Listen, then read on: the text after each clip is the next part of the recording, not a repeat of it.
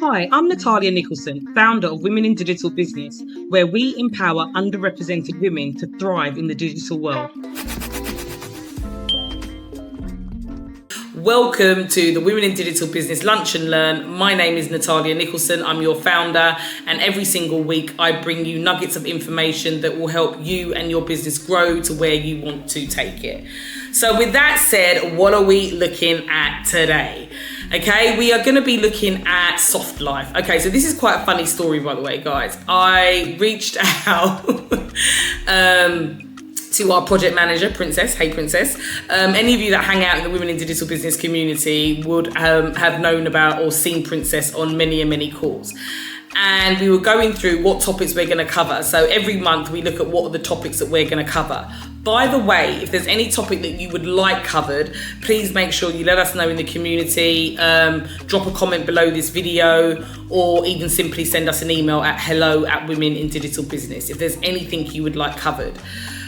So she said to me, soft life. And I'm like, what's soft life? So, okay, get this. So went out for my birthday, went for brunch, and I said to all the ladies at the table, has everybody heard of soft life? And they were all like, oh my God, Natalia, you're so late. Don't you work in social media? But this is the thing, ladies. I do work in digital marketing. I do work in social media. I've even got like courses that are accredited, but I don't actually hang out much on social media, because you could imagine the last thing that I want to do at the end of my day or with my evening is to be on social media as I talk about it, demonstrate it, create content for it all day long, every day.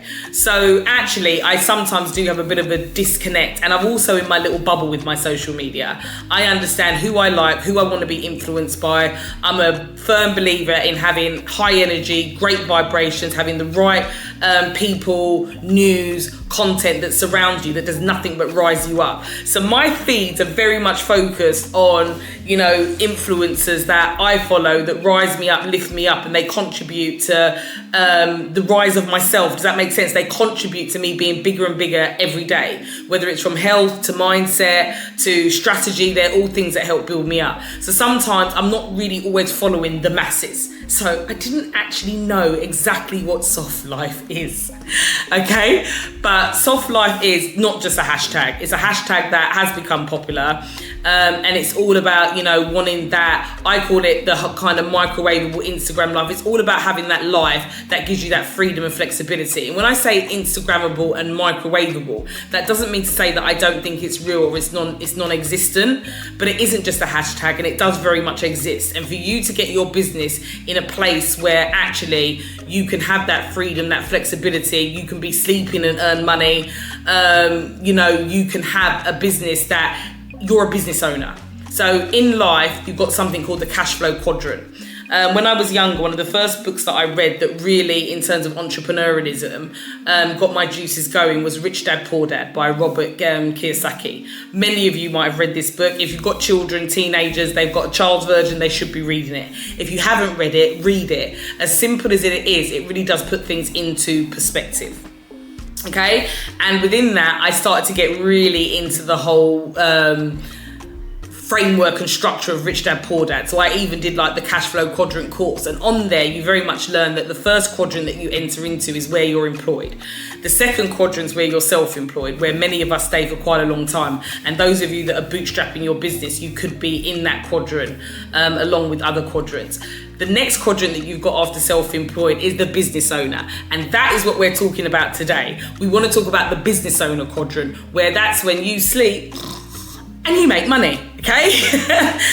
You've got a business, you're a business owner. Your business is not reliant on you having to turn up all the time, okay? And that's when you're in the business owner quadrant. The final quadrant you've got is the investor. I can honestly say, you know, getting to 7 figures definitely came from the money I made from business, and then invested it into stock, shares, and real estate. And that's when now you become an investor and your money's working for you.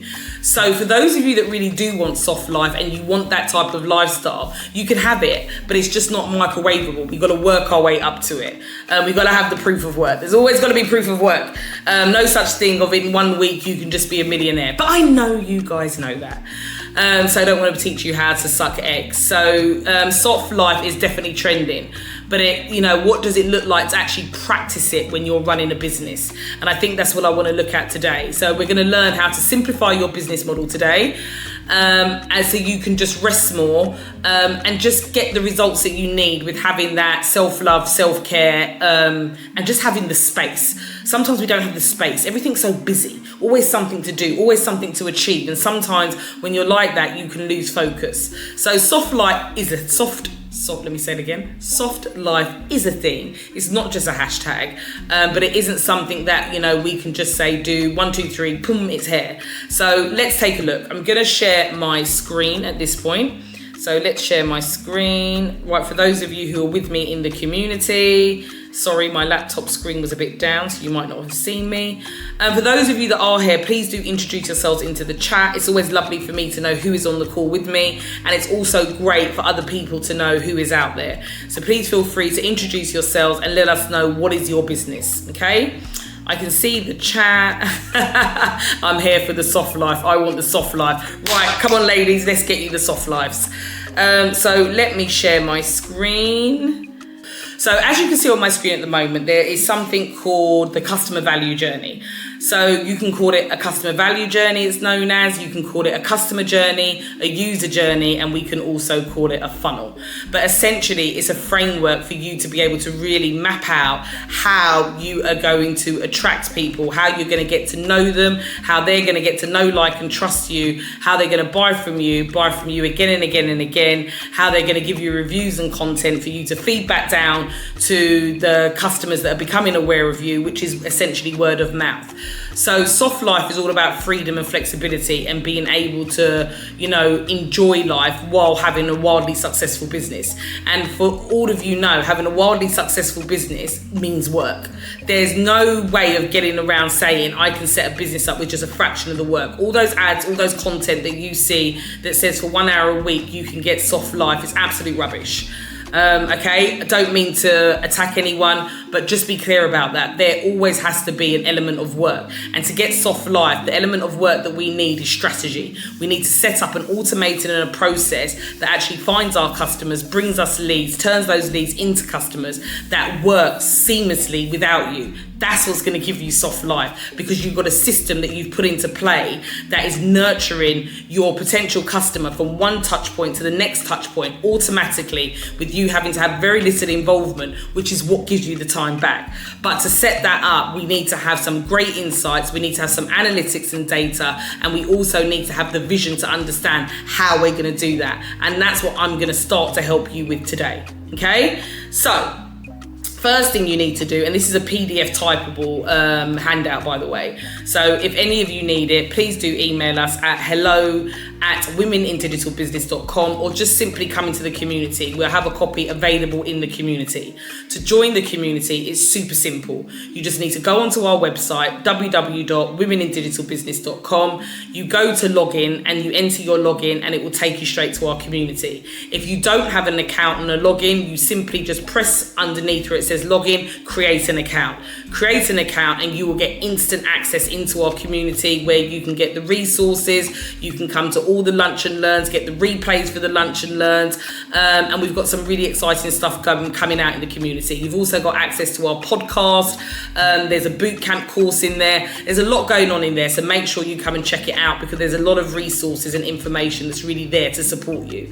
And there's also other mentors and coaches that we have a part of our community to really be able to help answer any questions, and just give you any support that you might need. So any questions you've got around your business, finding customers digitally, please make sure that you join the community and you ask away. Okay, so we're going to start off with looking at the awareness stage of our user journey, also known as a funnel. So for you to get an automated business, the first thing you need to think of is, okay, and this is once you've got a great brand promise, and you understand who you serve in the marketplace, and not only do you understand who you serve, but you're actually offering them a product or service that solves a specific problem, and that really is the foundation of your branding. So assuming that you've got a great brand, you've got the content assets built out, the next thing you need to do is say to the world, okay, I've got this service, I've got this product, it's going to be life-changing for you, and tell people about it so they can become aware of who you are and what you're offering.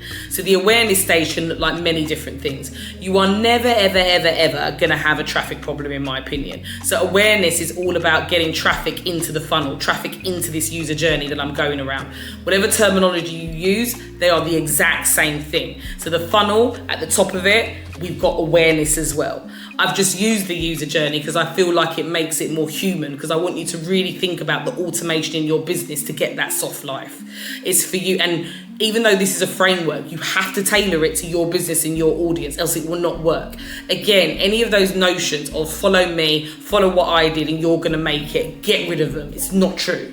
Your audience is always going to be specific to what your offering is, and just like we've got fingerprints on our fingers, we are all individually different. So are our businesses, and so are our audience, depending on what their pain points and challenges are. Okay, there's no one business that can be the same. So just remember, this is a framework, and you have to be able to adapt and add a strategy to this framework that's relevant to your product offering and your audience that your product offering solves the problem for. Okay, so awareness. Never going to have a traffic problem, because number one, you can pay for traffic. So maybe at your awareness stage, what it is it could be social media or search advertising. Okay, what is it why when people are watching you type, you just always can't spell and make a mistake? What is that? So it could be social media or search advertising, okay? So never gonna have a traffic problem. Maybe for that awareness stage, actually, it could be borrowed traffic, okay? So what does borrowed traffic look like? Borrowed traffic is you doing brand partnerships, maybe with other organizations.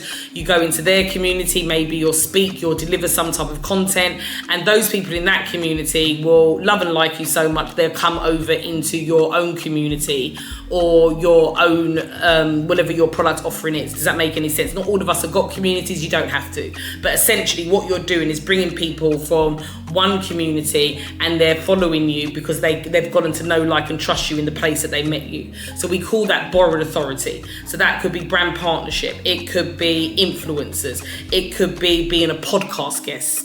Yeah, got it? It could look like so many different things, but those essentially are some of the top ones. So maybe it's borrowed authority.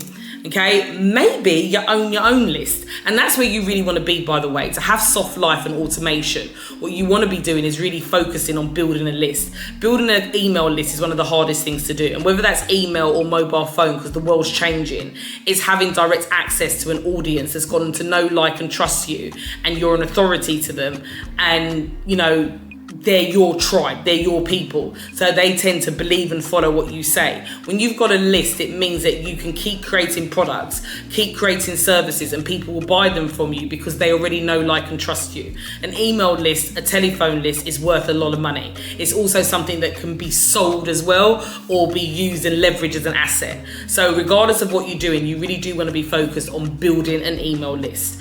Okay, so it might be that you have owned a traffic. So own traffic means that you might have a email list, maybe you've got a mobile phone list, a WhatsApp group. Does that make sense? Somewhere where you own the traffic, but it should be on your own platform. You know, how many of you remember when Instagram went down? Okay, what that looked like.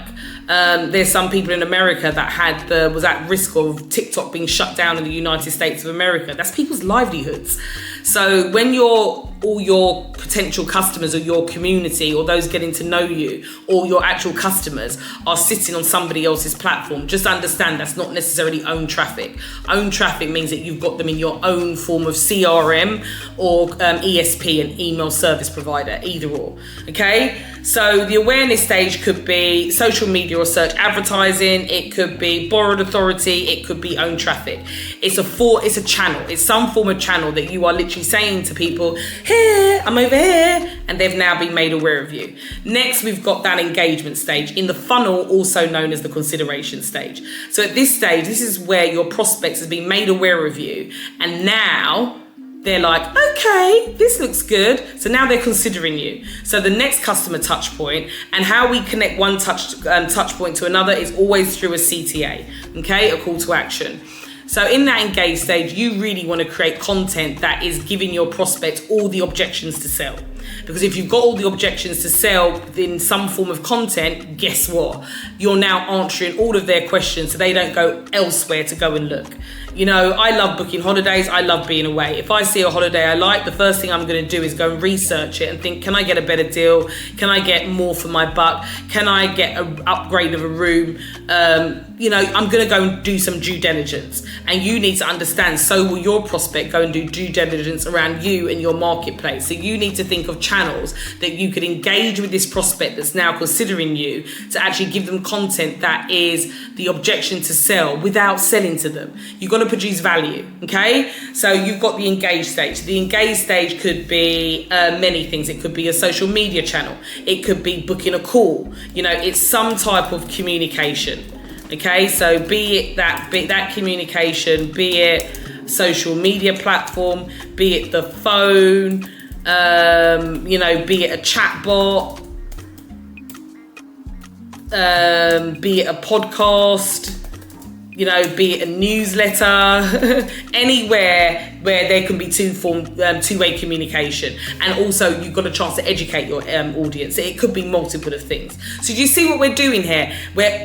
So far in all of these, you're going to have some piece of technology, and you can have technology that does the whole thing for you, or technology that connects one of these touch points or a layer of the funnel to one another. Okay, but this is how we're going to create the automation.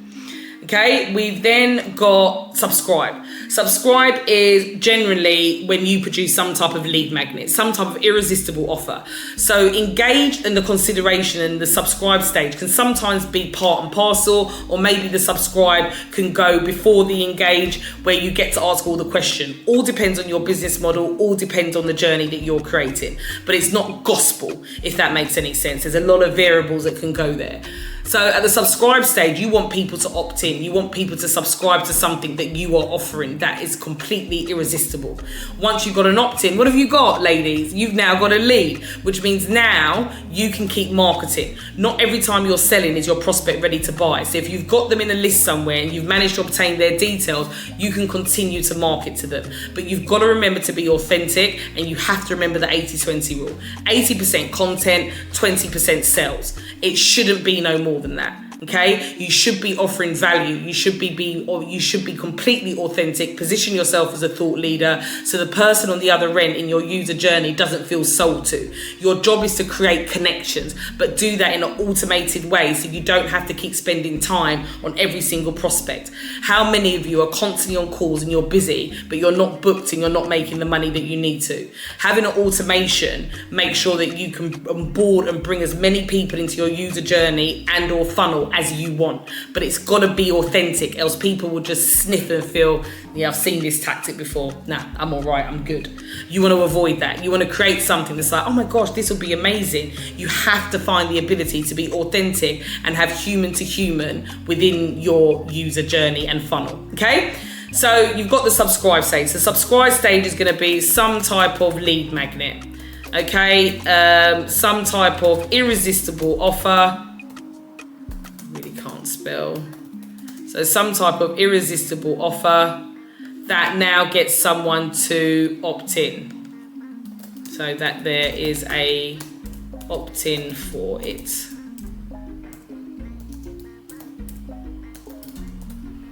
Okay, so that's your subscribe. Next, what you want to do is you want to convert. Okay, you want to get a sale. So if you've got leads and you've got some type of phone or email list, guess what? You're constantly being able to, like I said, market. What you want to do is bring those leads into conversion. So conversion is, where do your customers pay?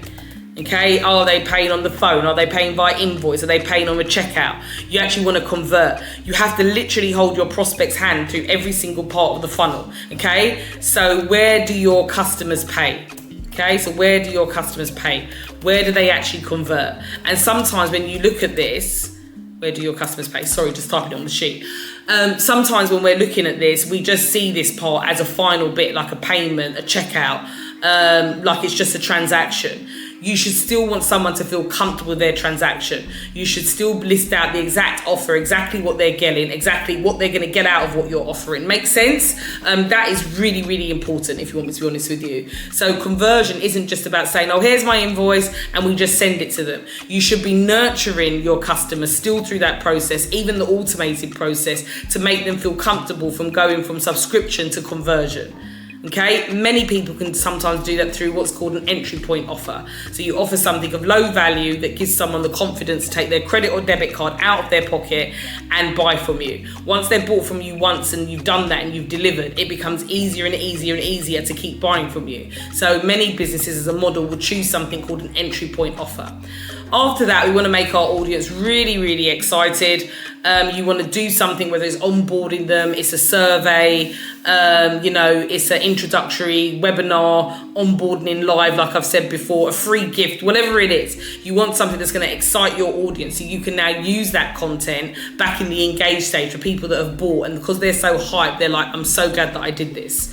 Also, what you're doing is you're framing your audience, by the way, to be able to upsell them. If they've bought something from you and, you've done the amazing job, which I'm sure you all will, they're now in the frame of mind to think, okay, what else can I be helped with? So when you look at McDonald's, for example, McDonald's is really great, fast food full stop, is really great at, having a saver menu. That's them downselling. Okay, having an upsell menu, do you want more fries and a larger drink? And having a cross sell where it might be buy something for someone that you're with and get a discount if you get more than one. Okay, so your job is to basically be able to upsell a number amount of products and services based on what your core offering is. You've got every single one of you have got a core offer. And if you look at what we looked at last week with really understanding how you can double your customers, double your products, and you can double the spend of your customers. To get your customers to spend more, you should all be thinking, what else can I offer them in line with the core offer?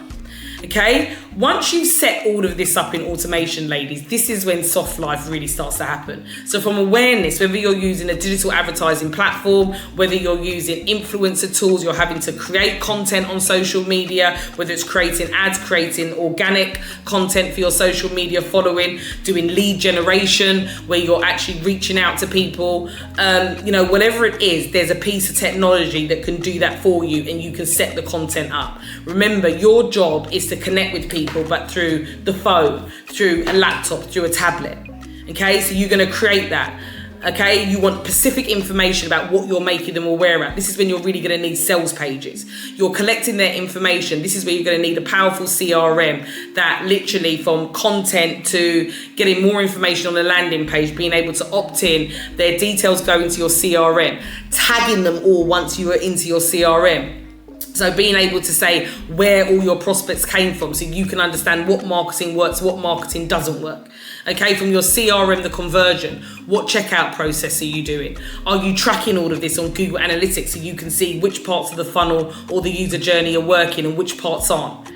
All of this requires software that you can automate it and still make it very, very personalized. Automating this is what gives you a horrendous amount of time back to yourself, which means you can grow your business and you can have more of the lifestyle that you want, where you've got freedom and flexibility. So some of you might be thinking, oh, Natalia, it's the tech again. Yeah, I get what you're saying. I know what the user journey is. I know what a funnel is. But how do I know what software I'm going to use at the awareness? For engagement, what software can I use to understand what I should be talking to my customers about? There's so much software out there, all now about social listening. What's trending? What are people saying? What are people's thoughts, their opinions, to make sure that your content can connect?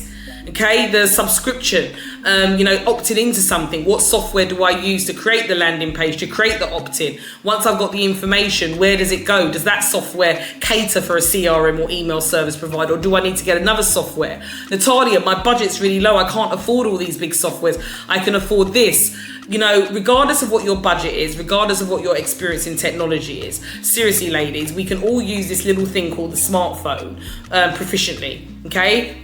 Efficiently, don't judge me for the wrong words. I'm dyslexic, I'm going with that. I often can say things the wrong way round, so bear with me. But the point of the matter is, on a serious note, it is for you to really get rid of the fear. Get rid of it. There's no need to have it. Okay, you can use this smartphone, you can navigate around it, you can navigate around your computers, you all know Word, you all know Excel, you all know PowerPoint. You are actually used to navigation of software. All the software that are out, make sure they have very familiar functionality for you to be able to use for what you're used to using. You know, YouTube is a great source of finding out how to use software. And this community, Women in Digital Business, you're in the right place. If you want to really understand what software to use, how to use the software, and what software will create you an automated funnel for you to have that soft life, you know, stick with us, because we'll be able to specifically show you. But don't be overwhelmed by the tech. You've got support here, there's support online, okay? You know more than what you already think that you know with just the tools that you're using day to day already. You know, if you're using Canva, if any of you are using ChatGPT, you're way ahead of the game anyway. For those of you that are not, they're all got the same functionality to apps that have. There's so many apps that you're and software that you can use to automate your business, down to if you've got Teams, making sure you've got Slack and Asana board for project management, or maybe Trello or Monday.com. Slack, again, I said it for communication. You know, design-wise, we've got Adobe Express, we've got Canva. You know, if you're doing videos, there's CapCut Pro. You know, all the softwares to manage all the touch points that I've spoken about today. There's softwares for all of them, and they are all user-friendly enough to learn how to use them, and we can help you with that. So if you haven't watched the Queen of Mastery funnel video, please do watch it. Abby, if you could just drop it into the chat for everyone. Anybody watching this on a replay, just click the link below where you can watch a video to really explain how funnels work, and how really funnels saved my life, and how funnels really brought me and catapulted me. Imagine that the coaching market, it grows year on year on year. It's worth millions of dollars a year, and it's growing, and it's growing at a rapid rate. But did you know that 70% of coaches earn under 6 figures? And the other 30% is sitting at the top, a bit like the wealth of the world. You know, it's sitting at the top. And one of the reasons why it's sitting at the top is because of strategy, having automated processes, and being able to really understand how to attract your clients, how to put together a marketing funnel that's really going to convert. Obviously, before you do that, you've got to make sure that you've got a product or a service that works and helps the audience that you're targeting. Once you've ticked that box, a funnel is what is going to catapult you into really making sure that what you've put together is completely and utterly automated. And in this digital world, if you track it, you're going to figure out where it's going right and where it's also going wrong, so you can fix it and then optimize it. So make sure you stick with me. Okay, so hopefully you are going to be working to get to that soft life a little bit more. Again, if you want that interactive type, that's it. If you want that user journey that I just used, that you can type in to start mapping out your journey of your business. Like I said, you can find it inside the community. You can request it via email. It's there for you to be able to use. But if you want to work more strategically and really understand more how to put a funnel together to be able to get that soft life, make sure you watch the Queen of Funnel Mastery video, which is in the link right now, and make sure you express any interest to us, because we're going to be holding more webinars on information. We're actually going to be kicking off with our first course on Thursday, the 3rd of July. So if you're interested, make sure you get in there, and make sure you just book a spot, because actually half the spaces have gone. So don't procrastinate. If you know this is the right type of program for you, just get on it and sign up. Don't procrastinate. The minute you procrastinate, you're not serious. You've got some doubt somewhere of why you don't want to move forward, and maybe that's what you need to look at. And even in that instance, stay with us, stay in our community, because we are here to guide you and help you. And we are an authentic group of black women that just want to help more black women, because when you know, you know, and when you don't know, you don't know. Okay, so any questions at all as we come to the end of today's lunch and learn, let me know. No problem.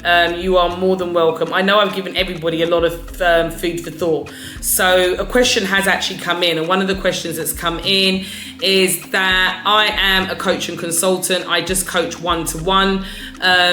Is this something I can still create a coaching platform for? Absolutely, most definitely. There's different softwares out there for different reasons, okay? So if you are a coach and you're just doing one-to-one and you want to grow your coaching business, just the way how you organize yourself, and a software is going to help you with. Not only that, one-to-one, there's a lot of add-ons that you could do one-to-one. Maybe there are some pre-recording sessions that your prospects or your clients could do before actually doing the main session with you, which is a great way for you to bring more income into your business. So if you're a coach or you're any type of content creator, a great software to use is Kajabi, because you can manage everything in there. You can build a website, you can put a community together, you can build an online course, you can schedule and organize when you have your one-to-one sessions with your clients. You can do one-to-many sessions in there. It can be online. You can organize them and say what you got done in each coaching session. So there's a follow-up and there's a trail that tracks their journey within the software. So Kajabi is an excellent piece of software. If you have got everything set up and what you're looking for is just a funnel because you specifically want to promote maybe a course that you just built or a program you just built and you built it out and it's already being hosted and it's there and you're just stuck with marketing, well then ClickFunnels is an excellent software to use, because essentially what it does is it builds out the funnel for you. So if you've got a website, you've got the product already, everything's done, ClickFunnels can be used. ClickFunnels can also be used as like a Kajabi as well, but you've got two basic packages on there where you can just use the funnel where it's just for marketing. CRMs, I'm getting questions about, be careful and look at the packages for CRM. So someone like MailChimp is a very popular software for email, but although it offers a free version, as soon as you get a certain amount of context, I can't remember what it is, but it's not that many, it's in the hundreds, you then start to get charged. You start to get charged for quite a high amount. Many email packages nowadays will offer you the ability to create sales pages. A sales page is an isolated page that will just have information about one specific thing that you're selling. So within that, just be careful of how much subscribers you can get with the pricing. But with that, a software that works really, really well is something like Aweber. You can have your CRM, you can create simple landing pages. It's drag and drop like Canva. If you've already got a really big mailing list and you want to be able to send different messages to different people, that's when you maybe want to think about something like ActiveCampaign.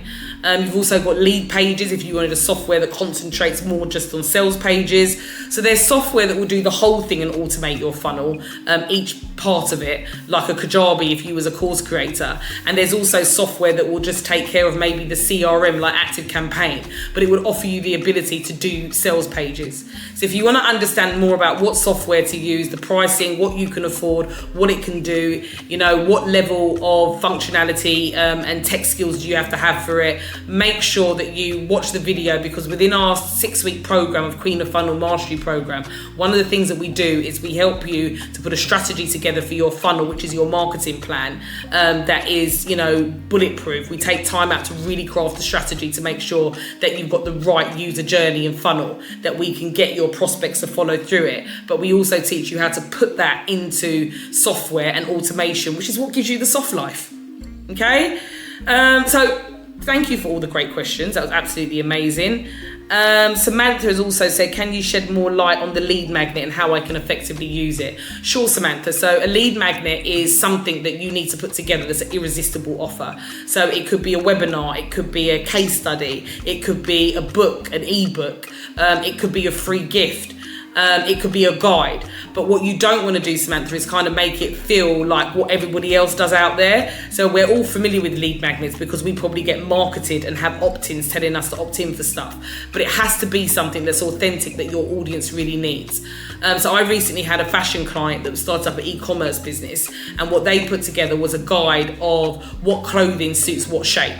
Okay, so you could opt in and you could put your measurements in and you could find out what shape you are and what are the clothes that will flatter you. Makes sense? It's something that you want to opt into because that's going to be really, really helpful. Okay, as an opt-in, we do things like we give away case studies on what's the best software to use. We give away masterclasses that really help women. Not just your lead magnet, ladies, has to be something authentic. So we're about to start a monthly masterclass, which essentially is actually a lead magnet. But I'm making sure that that is an exclusive club, and on that masterclass, you're going to get information that isn't just available over the web, and it's actually got a value worth to it, that you can leave that masterclass masterclass and think, do you know what, Women in Digital Business just massively helped me. It might be complimentary, but it sets a bar of understanding what will, where you can go if you join our programs. So it has to be authentic, and you don't want the prospect and your potential customer to feel sold to, or you don't want them to feel like they're entering into the funnel where you're just going to bombard them. So that authenticity piece that I speak about is really important as a lead magnet. It's all the things as you know it, but to get it to make it work, it's got to be authentic, if that makes any sense. Oh, no problem at all, Samantha. You are more than welcome. And any more questions, just shoot them out at us. So if you do want the handout, the PDF fillable, to start thinking about your user journey, like I said, you'll find a copy inside our community. So just go to Women in Digital Business, either log in. If you haven't got login details, just create an account, or if you've forgotten your password, do forgot password. Okay, simply you can also email us at any time, hello@womenindigitalbusiness.com. But come into our community, there's a lot going in there, so make sure you sign up, and make sure you sign up full stop, by the way, because you want to make sure you're on our mailing list so you're getting all the updates. Right, as usual, I've gone over. I can't help myself, can I? Absolute pleasure today. Mwah, ladies. I will see you next week, Tuesday at midday. Take care. Bye-bye.